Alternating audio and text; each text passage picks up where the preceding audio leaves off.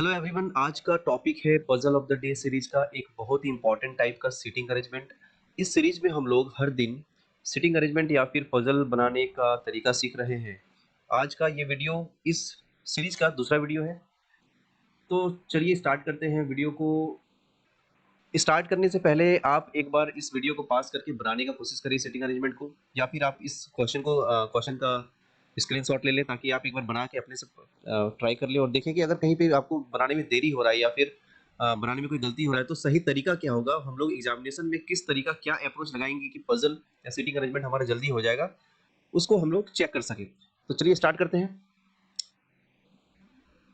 Question को मैं हिंदी से बनाऊंगा, हिंदी में लिखा हुआ जो क्वेश्चन है आप इंग्लिश से जो लिखा हुआ तो उसको स्क्रीनशॉट लेके आप समझ सकते हैं उसको भी।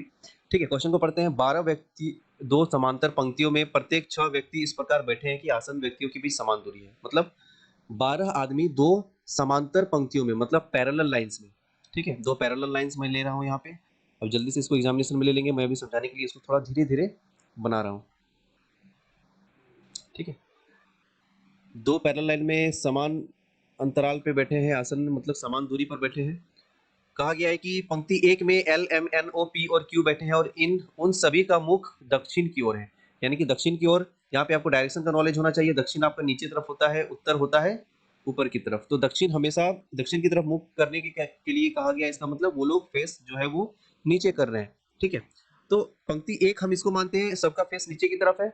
तो क्या हो रहा है, यहाँ पे ए और ए से लेके एफ तक लोग बैठे हैं, यानी कि यहाँ पे हम थोड़ा सा हिंट लेने के लिए और यहाँ पे लिख देते हैं ए और एफ के बीच में A B C D E F बैठे हैं। ए एफ मैंने यहाँ पे लिख लिया है। अगला लाइन है पंक्ति दो में, पंक्ति एक में एल एम एन सॉरी यहाँ एक में एल से लेके क्यू तक बैठे हुए हैं और पंक्ति दो में बैठे हुए जिनका जो जिनका मुख उत्तर की ओर है। उत्तर की ओर मतलब इस तरह फेस किए हुए ऊपर की तरफ, और यहाँ पे ए से लेके एफ तक लोग बैठे हुए। ठीक है, आगे बढ़ते हैं सीटिंग अरेंजमेंट में।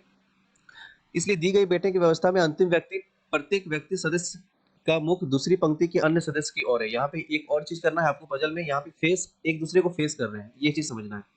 ऐसा भी हो सकता है कि अगर फेस नहीं कर रहे होते हैं तो हम इसको इधर फेस करवा देते हैं और इधर फेस करवा देते हैं, तो ये भी तो हो रहा है। पंक्ति दो हम इसको मान लेते हैं, दो पंक्ति एक इसको मान लेते हैं, तो एक में ये लोग दक्षिण की तरफ देख रहे हैं, दो में इधर पक्षी। लेकिन यहाँ पे क्लियरली ये चीज मेंशन है कि दोनों एक दूसरे की तरफ देख रहे हैं। दोनों एक दूसरे की तरफ देख रहे हैं तो हमारा फिगर इस तरह से बनेगा। अब देखिए आपको करना क्या है, जल्दी से एक सिटिंग अरेंजमेंट का जो फिगर है उस तरह आपको फिर एक और बना लेना है। क्यों बनाना है, इसका बनाने का फायदा जो है वो है कि कभी कभी क्वेश्चन में क्या होता है कि ऑप्शनल चीज आ जाता है, मतलब प्रोबेबिलिटी में आता है, आपको समझ नहीं आता है कि हम इधर सेट करें कि इधर सेट करें। तो उस केसेस में क्या होता है, हम दो ऑप्शन लेके चलते हैं तो दोनों में अलग अलग सेट करके एक ऑप्शनल टाइप का प्रोबेबिलिटी की तरह हम यूज करके जल्दी से एक ही बार में सॉल्व कर सकते हैं क्वेश्चन को। ठीक है, तो चलते हैं क्वेश्चन को पढ़ते हैं। लिखा है ओ एम के दाएं तीसरे स्थान पर बैठा है।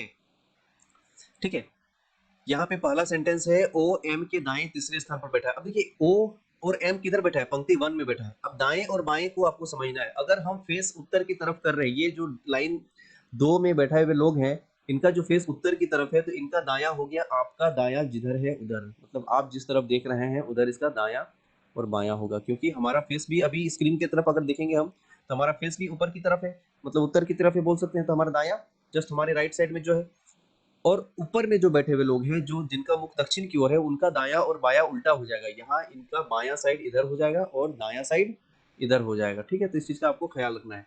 अब यहाँ पे कहा गया है ओ एम के दाएं से तीसरे स्थान पर बैठा है।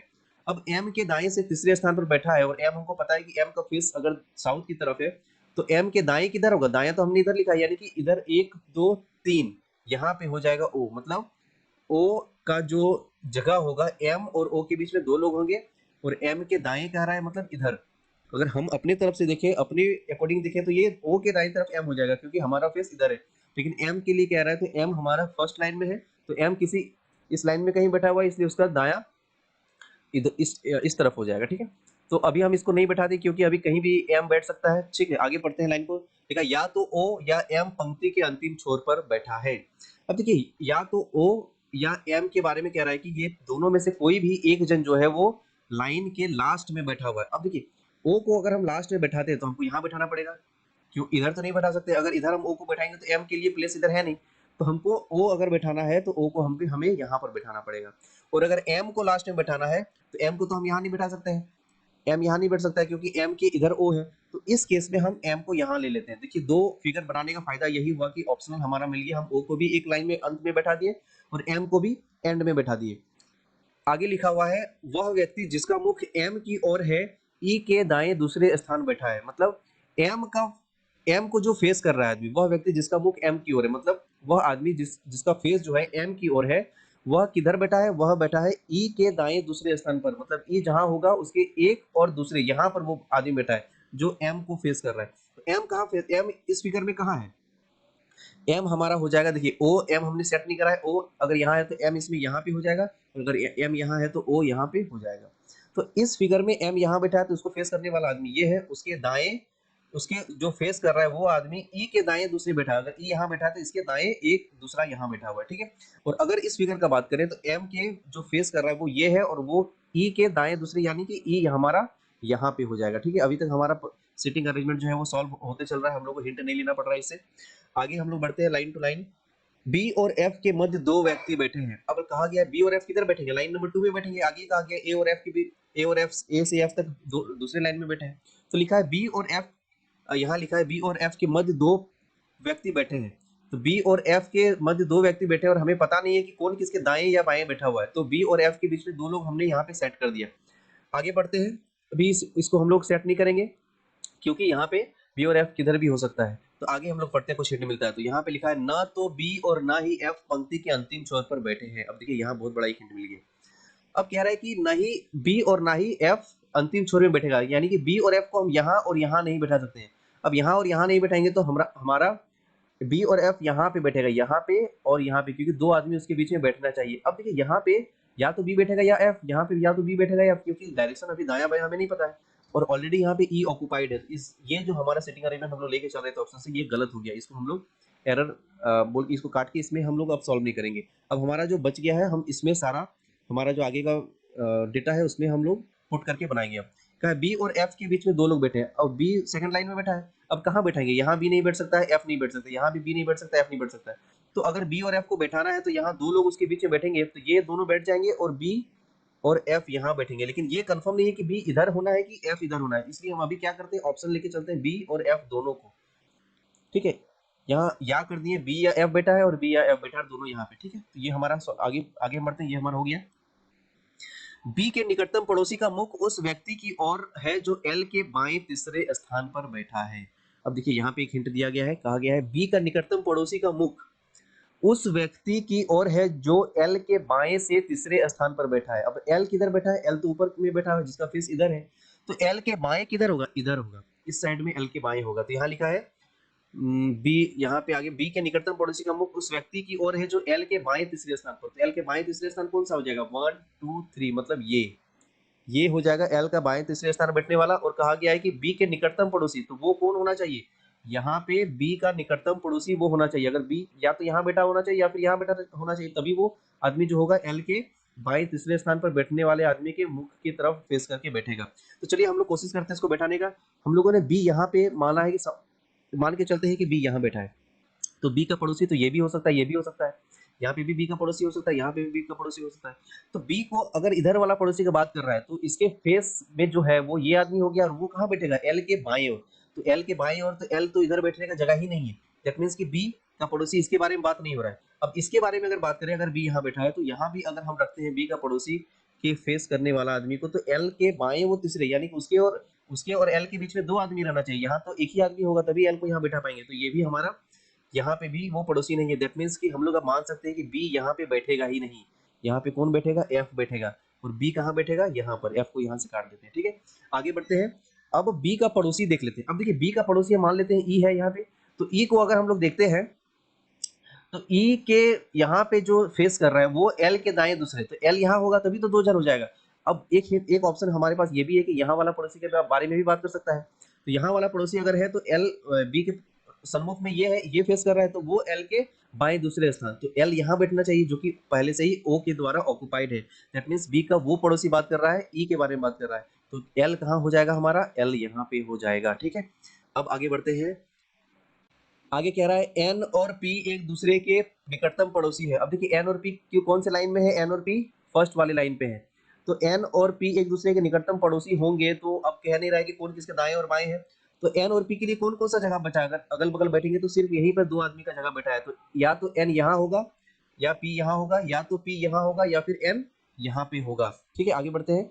लिखा है ए के बाएं दूसरे स्थान पर, यहाँ लिखा है एन और पी एक दूसरे के निकटतम पड़ोसी है, सी ए के बाएं दूसरे स्थान पर बैठा है, सी ए के बाएं दूसरे स्थान पर बैठा है। ए का फेस उत्तर की तरफ है क्योंकि सेकंड लाइन में बैठा है, तो ए का बाएं इधर हो जाएगा, कहा है सी ए के बाएं दूसरे स्थान पर, तो सी यहाँ पे हो जाएगा और ए का यहाँ हो जाएगा। ये हमारा सिटिंग अरेंजमेंट यहाँ लिखा बनेगा। तो अगर हम सी को यहाँ रखते हैं तो हमें ए यहाँ रखना पड़ेगा, अगर सी को यहाँ रखते हैं क्योंकि इस लाइन में सिर्फ एक दो और तीन लोग का जगह बाकी है, तो सी यहाँ रखेंगे तो ए रखना पड़ेगा यहाँ, जो कि बैठ सकता है। यहाँ अगर सी को रखते हैं तो ए का जगह नहीं बचा है, बाकी कहीं सी को बैठा नहीं सकते हम, तो हमारा सी हो जाएगा यहाँ पे और ए हो जाएगा यहाँ पे, ये भी बैठ गया हमारा। आगे बढ़ते हैं। पी का मुख डी के निकटतम पड़ोसी की ओर नहीं है। इसके पहले और एक हमने अभी यहाँ पे एन और पी वाला हमारा यहाँ बचा हुआ था, यहाँ पे कह रहा है पी का मुख डी के निकटतम पड़ोसी की ओर नहीं है। तो इस लाइन में सिर्फ एक ही जगह बचा हुआ डी के लिए, तो डी यहाँ पे हो जाएगा हमारा। तो कहा है कि पी का मुख जो है डी का निकटतम पड़ोसी की ओर नहीं है। तो अगर हम डी तो यहाँ हो गया, तो डी का निकटतम पड़ोसी कौन हुआ, बी हो गया। डी का निकटतम पड़ोसी बी, तो इसका फेस जो है वो पी के फेस को नहीं कर रहा है, तो अगर हम पी को यहाँ रखेंगे तब तो गलत हो जाएगा। दैट मीन्स पी हमारा यहाँ नहीं बैठने वाला है, पी कहाँ बैठेगा, पी यहाँ पे बैठेगा। अब जो भी एक जगह बचा है L M N O P, तो यहाँ पे क्यू बैठ जाएगा। ठीक है, ये हमारा पूरा सिटिंग अरेंजमेंट इस तरह से हम बनाएंगे। आपको करना सिर्फ ये है कि जो जो आपका सेट, पहले तो सबसे पहले याद रखना है कि आपको दो ऑप्शन लेके चलना है। जब भी आप पजल बनाएंगे या सिटिंग अरेंजमेंट बनाएंगे, कोशिश करिए कम से कम दो ऑप्शन लेके चले। अगर बड़ा पजल रहता है तो कभी कभी हम 3 और 4 भी ऑप्शन लेके चलते हैं। तो आगे हम उस तरह का जो सेटिंग अरेंजमेंट रहेगा हाई लेवल का और पजल का हाई लेवल, उसको अगले वीडियो में हम लोग करेंगे। तो अभी हम बेसिक से करवा रहे हैं, आप लोग इसको देखते रहें। तो दो ऑप्शन लेके चलने से आपको फायदा है कि आपको बार बार पजल की ओर देखना नहीं पड़ेगा, सेटिंग अरेंजमेंट की ओर। और दूसरा ये कि आप पॉइंट टू पॉइंट, जब कोई भी पॉइंट यहाँ पे सेट नहीं हो रहा है, उस पॉइंट को आप पॉइंट वाइज पॉइंट, जैसे मैंने यहाँ पे पॉइंट वाइज पॉइंट लिख रहे थे उसको, उस तरह से आपको लिखते चलना है। इससे क्या होगा कि आपको बार बार जो है सेटिंग अरेंजमेंट को देखना नहीं पड़ेगा। आपने एक बार जो डाटा यहाँ पे उतार लेंगे, उसी से आपका यहाँ देख के आप सेटिंग अरेंजमेंट को जल्दी से जल्दी बना सकते हैं। इस तरह से आपको बना के अगर प्रैक्टिस करते हैं आप, तो बहुत जल्दी इस टाइप का पजल आपको 2 मिनट भी नहीं, 2 मिनट से भी कम में आप इसका आंसर कर सकते हैं और 5 नंबर आप इजीली आप उठा सकते हैं। तो देखते हैं, इससे एक क्वेश्चन हम लोग बना लेते हैं। लिखा हुआ है निम्नलिखित में से कौन पंक्तियों के अंतिम छोर पर बैठा है। अब क्वेश्चन देखिए, यहाँ कहा गया ओ और डी, ओ और डी अंतिम छोर पे है क्या, ओ तो बीच में है, ये तो कैंसिल हो गया। एम और ए, एम कहाँ पे है, एम यहाँ है लेकिन ए यहाँ है, इसलिए ये भी नहीं होगा। क्यू और सी, क्यू तो बीच में है, ये अंतिम छोर पर नहीं हो सकता है। एल और डी, देखिए इधर एल एक है और एक लास्ट में डी है, यानी कि ऑप्शन नंबर हमारा डी हो जाएगा। ठीक है,